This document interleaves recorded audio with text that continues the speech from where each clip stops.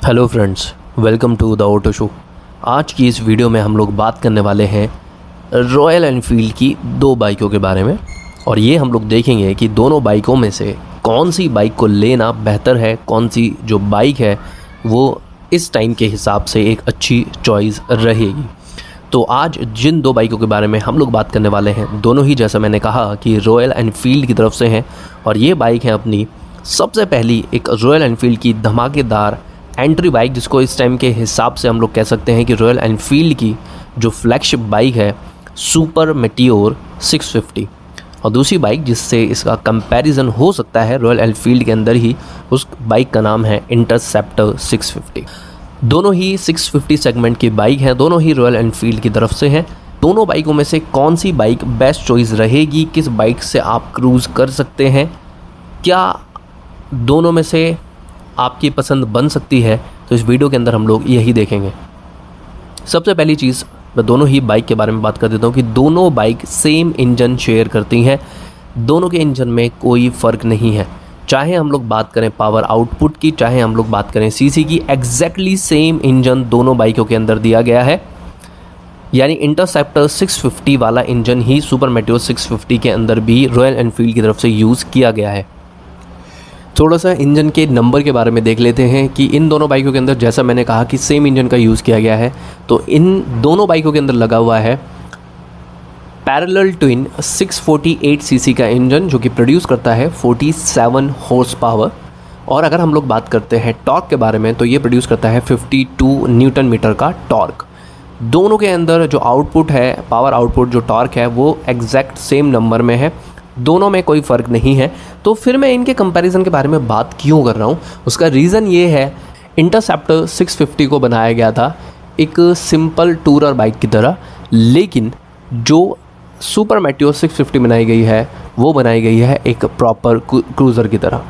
तो अभी हम लोगों ने देखना है कि इन दोनों में से हमने क्या चूज़ करना है।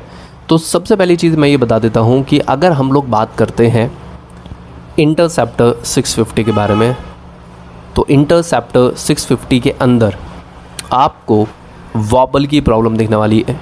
जो इंटरसेप्टर 650 है उसका हैंडल वॉबल करता है, वाइब्रेशन इंटरसेप्टर 650 ज़्यादा प्रोड्यूस करती है as compare to Super Meteor 650। अब मैं ये तो नहीं कहूँगा कि सुपर मेटियोर 650 के अंदर वाइब्रेशन नहीं होंगी या फिर आपको परेशानियां नहीं झेलनी पड़ेंगी, लेकिन अगर हम लोग दोनों बाइकों को कंपेयर करते हैं तो इंटरसेप्टर 650 के कंपेयर में जो सुपर मेटियोर 650 है वो ज़्यादा स्मूथ बाइक है। उसका जो एक्सपीरियंस है, राइडिंग एक्सपीरियंस, वो ज़्यादा स्मूथ है एज़ कम्पेयर टू इंटरसेप्टर 650। तो पहली चीज़ तो ये हो गई कि आपको इस रीज़न की वजह से सुपर मेटियोर 650 को परचेज़ करना चाहिए। एक रीज़न ये हो गया। अगर हम लोग बात करते हैं दूसरे कंपैरिजन के बारे में, अगर आप एक टूर करना चाहते हैं तो सीट कंफर्ट की अगर बात की जाए तो सीट कंफर्ट जो है वो सुपर मेटियोर 650 का ज़्यादा है। सुपर मेटियोर 650 का जो 50 की जो राइडिंग सीट है, राइडिंग सीट ज़्यादा कुशन है उसके अंदर as compare to Interceptor 650। Interceptor की जो सीट है वो आपको थोड़ी सी हार्ड दिखेगी। अच्छा, यहाँ पे मैं एक चीज़ और बता देता हूँ कि चाहे हम लोग इंटरसेप्टर की बात करें या फिर सुपर मेटियोर की बात करें, दोनों की ही जो पिलियन सीट है वो मैं ये कहूँगा कि बिलो दैन एवरेज है। बिलो दैन एवरेज का मतलब है कि पिलियन के हिसाब से दोनों ही बाइकें ख़राब हैं। वो अलग बात है कि इंटरसेप्टर के अंदर अपने को एक सिंगल सीट ही दिखती है एंड सुपर मेटियोर के अंदर स्प्लिट सीट दिखाई देती है अपने को नॉर्मल मॉडल के अंदर, लेकिन दोनों की ही पिलियन सीट ये कहा जा सकता है कि किसी लायक नहीं है, क्योंकि पिलियन इन सीट्स पे बैठ के बहुत ज़्यादा लंबा नहीं जा सकता है। तो पिलियन के हिसाब से दोनों बाइक ख़राब है। यहाँ पे मैं बात कर रहा हूँ राइडिंग सीट के बारे में, तो राइडिंग सीट आपको ज़्यादा कंफर्टेबल फील होगी सुपर मेटियोर की। तीसरी चीज़ ये है कि सुपर मेटियोर में जब आप झांक कर देखते हैं तो पता चलता है कि सुपर मेटियोर के अंदर कुछ चीज़ें जो हैं वो एक्स्ट्रा हैं। एक्स्ट्रा का मतलब है कि अगर आप इसमें देखते हैं कि इंस्ट्रूमेंट कंसोल जो है या इंस्ट्रूमेंट क्लस्टर जो है वो काफ़ी हद तक लेटेस्ट दिया गया है। वो अलग बात है कि सुपर मेटियोर 650 का इंस्ट्रूमेंट क्लस्टर भी कोई बहुत ज़्यादा एडवांस या बहुत ज़्यादा अच्छा नहीं है। जैसा मेटियोर 350 के अंदर आता है वैसा ही इंस्ट्रूमेंट क्लस्टर उसके अंदर देखने को मिल रहा है, लेकिन इंटरसेप्टर के कंपेयर में सुपर मेटियोर 650 का जो इंस्ट्रूमेंट क्लस्टर है यानी जो मीटर है वो ज़्यादा सही है। अगर हम लोग बात करते हैं लुक्स के बारे में, तो लुक्स के अंदर सीधे सीधे तौर पे मेरे हिसाब से, ये मैं पर्सनल बता रहा हूँ कि लुक्स में सुपर मेटियोर 650 सीधा सीधा इंटरसेप्टर को बीट करती है। वो अलग बात है कि कुछ लोगों को इंटरसेप्टर 650 भी अच्छी लग सकती है और वो अच्छी दिखती भी है, लेकिन काफ़ी हद तक अगर आप देखेंगे तो जो 650 के हिसाब से है वो बाइक उतनी हैवी नज़र नहीं आती। लेकिन सुपर मेटियोर 650 आपको डेफिनेटली लुभाने वाली है। वो हैवी फील है उसके अंदर, वो आपको हैवी फील होगी। वो देखने से लगेगा कि एक 650 सीसी की बाइक या 600-700 सीसी सेगमेंट की बाइक आपके सामने खड़ी हुई है या आप उसको राइड कर रहे हैं। इंटरसेप्टर 650 थोड़ा अपने वजूद के हिसाब से पतला नज़र आती है कि यार 650 सीसी का इंजन उसके अंदर इंस्टॉल किया गया, उसके हिसाब से थोड़ा वो पतली नज़र आती है।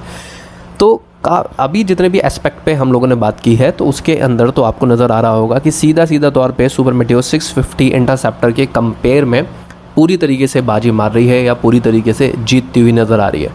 तो फिर यहाँ पे इस वीडियो को देखने के बाद में आपको ये काफ़ी हद तक क्लियर हो जाएगा कि जो इंटरसेप्टर 650 है उसके कंपेयर में सुपर मेटियोर 650 एक ज़्यादा अच्छी बाइक है, लेटेस्ट डिज़ाइन है, अच्छा डिज़ाइन है और काफ़ी सारे फील्ड के अंदर वो इंटरसेप्टर 650 से आगे भी है। जैसे मैंने कहा कि इंटरसेप्टर 650 तो एक ऐसी बाइक है जिसको रेसिंग के तौर पे या फिर कहा जाए कि रोडस्टर की तरह बनाई गई है, या फिर हम लोग उसको कहते हैं एक टूरर की तरह। मतलब आप इसे टूर तो कर सकते हैं लेकिन वो एक प्रॉपर टूरर नहीं है। लेकिन जो इंटरसेप्टर 650 है वो एक प्रॉपर क्रूज़र बाइक है।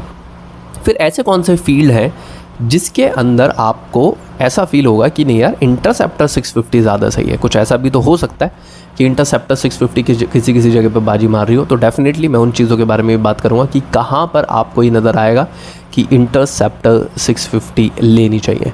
तो सबसे पहली चीज़ मैं आपको बताता हूँ कि दोनों के अंदर जो सुपर मेटियोर 650 है एंड जो इंटरसेप्टर 650 है, ग्राउंड क्लियरेंस का दोनों में बहुत मेजर डिफरेंस है।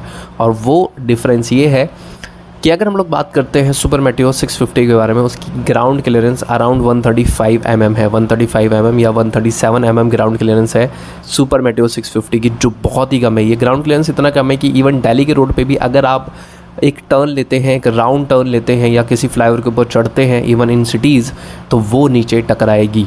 उसके जो साइलेंसर हैं, उसके जो एग्जॉस्ट पाइप हैं वो स्क्रैच हो सकते हैं, या फिर उसके जो स्टैंड वगैरह वो नीचे स्क्रैच कर सकते हैं, क्योंकि 135 mm या 137 mm का जो ग्राउंड क्लियरेंस है वो ऑलमोस्ट आप कह सकते हैं कि ना के बराबर होता है। ये बहुत ज़्यादा लो है।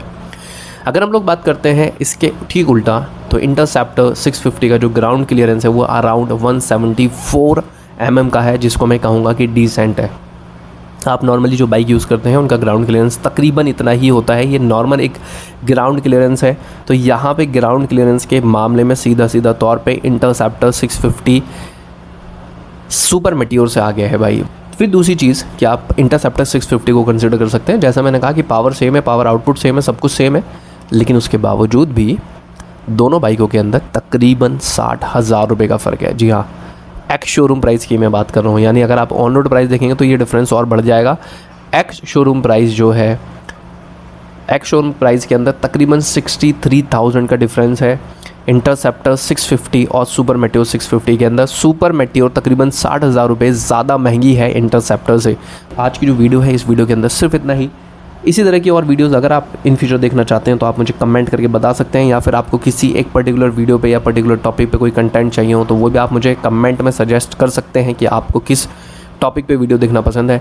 तो फिलहाल ये जो वीडियो है, इस वीडियो के अंदर सिर्फ इतना ही। मिलते हैं नेक्स्ट वीडियो के अंदर किसी और चीज़ के बारे में बात करते हुए।